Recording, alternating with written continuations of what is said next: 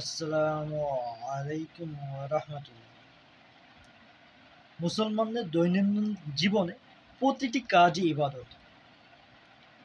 আমি আজ যে বিষয় নিয়ে আলোচনা করব সেটা হলো, কেউ যখন টয়লেটে যাওয়ার সময় যদি নিম্নোক্ত দোয়া পাঠ করে, তাহলে সেটা তার ইবাদত বলে গণ্য হবে।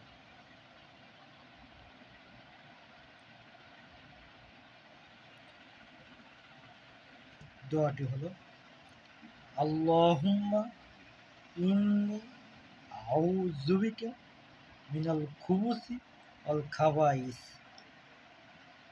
দোয়াটা আবার বলতেছি, আল্লাহুম্মা ইন্নী আউযু বিকা মিনাল খুবুসি ওয়াল খাবাইস।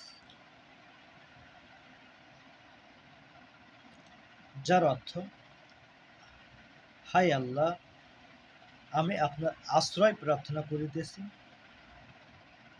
নাপাকি ও অনিষ্টকারী শয়তান হইতে আমাকে রক্ষা করুন। আমরা হয়তো অনেকেই জানি না, আমরা যারা টয়লেটে যাওয়া অবস্থায় ওখানে খারাপ জিন বসবাস করে, তারা বিভিন্ন রকম অনিষ্ট করে থাকে। যার জন্য আমাদের এই দোয়াটি আল্লাহ রাব্বুল আলামিন শিখিয়েছেন। আমরা অবশ্যই দোয়াটি ইহতেমাম করব।